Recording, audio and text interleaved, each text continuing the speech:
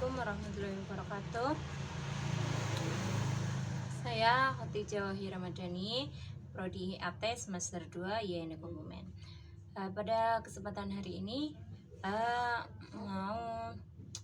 kita mau mempresentasikan hasil membuat PowerPoint saya yang berjudul dengan Kemukjizatan Al-Quran. Tugas ini disusun untuk memenuhi tugas mata kuliah Ulumul Quran. Kita mulai dengan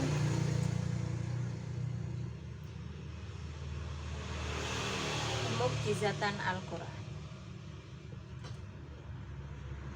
Lalu Al-Quran sebagai mukjizat. Al-Quran sebagai mukjizat itu apa sih? Yaitu Al-Quran merupakan kalam Allah yang diwahyukan melalui malaikat Jibril selama kurang lebih 23 tahun. Selain menjadi kitab suci, Al-Quran juga menjadi mukjizat terbesar bagi Nabi Muhammad SAW, yang sampai sekarang mukjizat itu tidak ada yang bisa menandingi karena kemurnian dan kesucian Al-Quran yang telah dijaga oleh Allah Subhanahu wa Ta'ala. Mengkaji masalah kemukjizatan Al-Quran merupakan suatu hal yang sulit karena Al-Quran itu karena mukjizat itu sendiri tidak dapat dipahami melalui pemahaman ilmiah, melainkan dapat dipahami dengan pendekatan iman. Lanjut.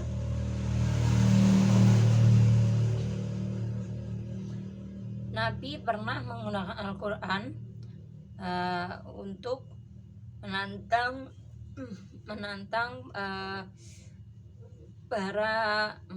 para kafir Quraisy, karena waktu itu mereka itu sombong, kafir Quraisy itu sombong.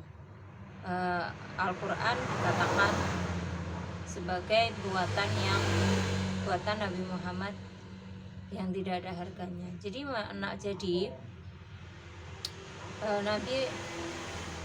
Nabi itu menantang kafir Quraisy menantang kafir Quraisy itu ada 3 hal.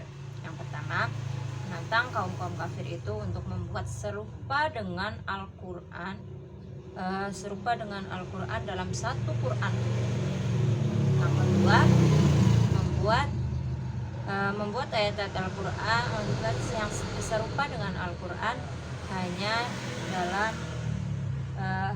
hanya membuat 10 surat saja. Terus yang ketiga, menantang kaum kafir untuk membuat Al-Quran membuat yang serupa dengan Al-Quran 1 surat saja. Tapi apa mereka bisa? Tidak. Mereka itu tidak ada yang bisa membuat yang serupa dengan Al-Quran. Karena apa? Karena Al-Quran itu memiliki banyak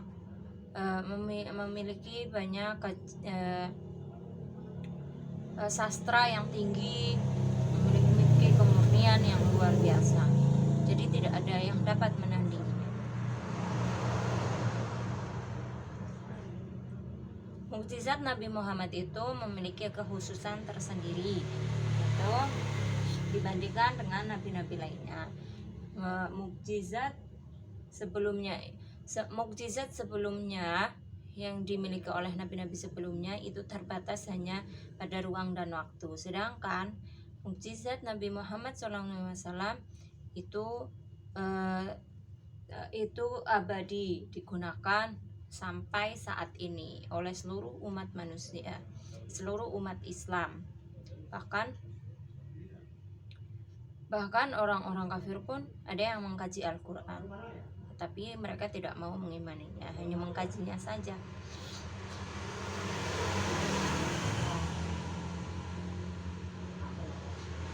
Para ulama mengajukan syarat bahwa sesuatu yang dinamakan dengan mukjizat itu harus ada syaratnya. Yang pertama, yaitu mukjizat harus berupa sesuatu yang tak sanggup dilakukan oleh siapapun kecuali Allah Subhanahu wa taala.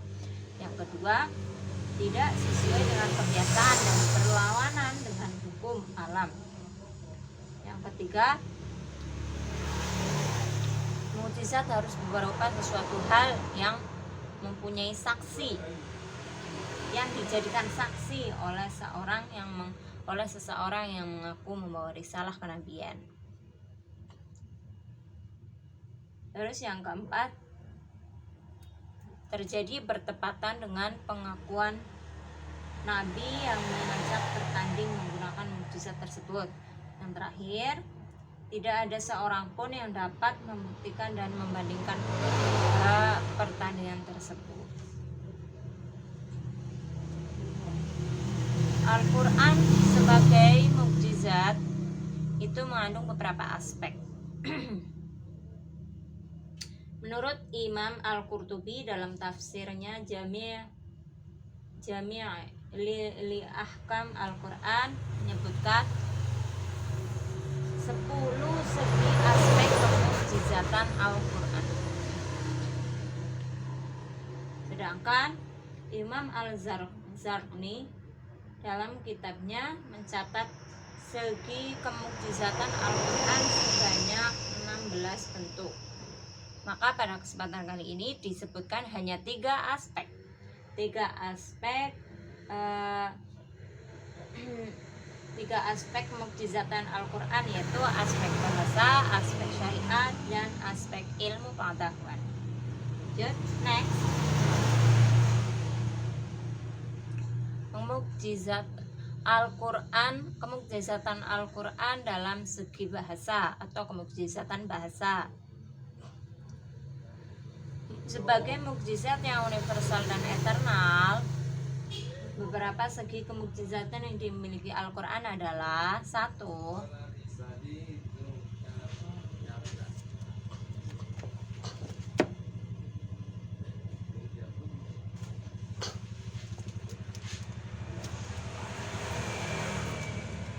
Sebagai mukjizat yang universal dan eternal, beberapa segi kemukjizatan yang dimiliki Al-Quran adalah: 1. Susunan yang indah dengan setiap susunan yang ada berbeda dengan setiap susunan yang ada dalam bahasa Arab. Susunannya indah, sangat indah. Yang kedua, adanya uslub yang berbeda dari uslub-uslub yang digunakan oleh bangsa Arab. Nomor 3, sifat yang agung yang tidak mungkin seorang makhluk mendatangkan sifat tersebut.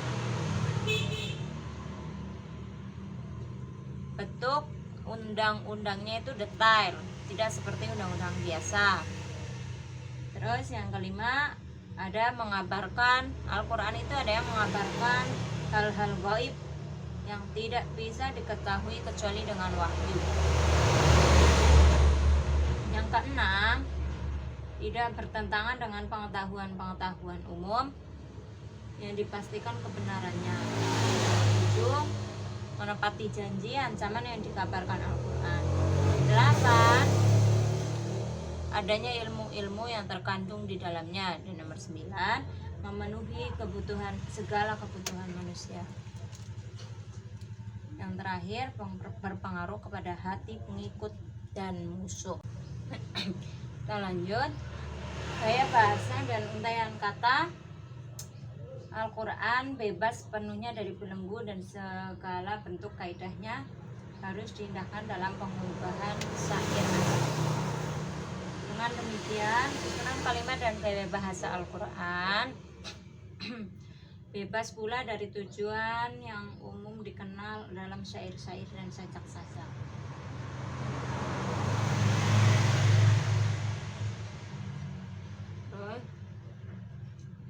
Yang kedua ada kemukjizatan syariah. Keunggulan dan kemukjizatan Al-Quran dalam bidang syariah ini terdapat dalam Al-Quran. Syariat yang sempurna dan tinggi melebihi dari syariat-syariat yang terdapat dalam kitab-kitab terdahulu. Al-Quran berisi pokok-pokok akidah, hukum-hukum, ibadah, dasar-dasar umum etika, politik, dan sosial kemasyarakatan.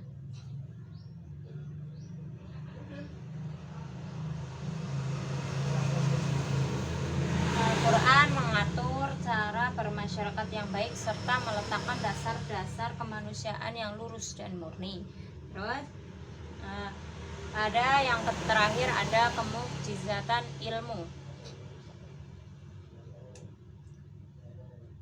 Segi lain dari kemukjizatan Al-Quran adalah isyarat-isyarat yang rumit terhadap sebagian ilmu yang telah disinggung Al-Quran sebelum pengetahuan itu sendiri sanggup menemukannya. Al-Quran bukan buku fisiologi, bukan ekstrak maupun fisika, tetapi kitab hidayah dari Allah, kitab tasyri' dan al-Islam.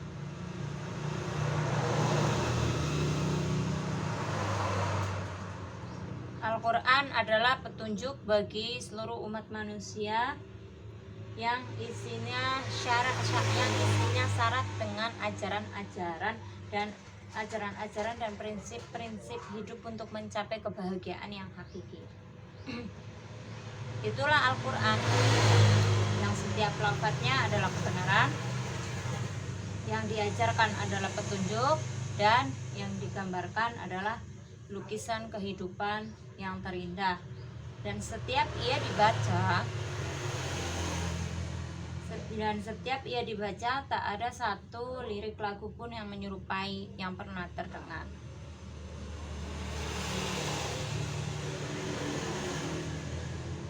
Az-Zarqani menyebutkan ada 5 bentuk kemukjizatan Al-Quran dari aspek ilmu, yaitu yang pertama ada ilmu kauniyah, tunduk kepada undang-undang yang telah ditetapkan.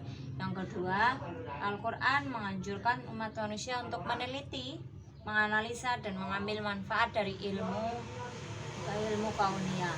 Yang ketiga, Al-Quran menjelaskan bahwa alam tunduk pada kehendaknya. Yang keempat, Al-Quran menjelaskan bahwa alam ruang lingkup hidayah yang terlahir, uslub yang digunakan oleh Allah tentang ayat kauniyah adalah uslub yang indah.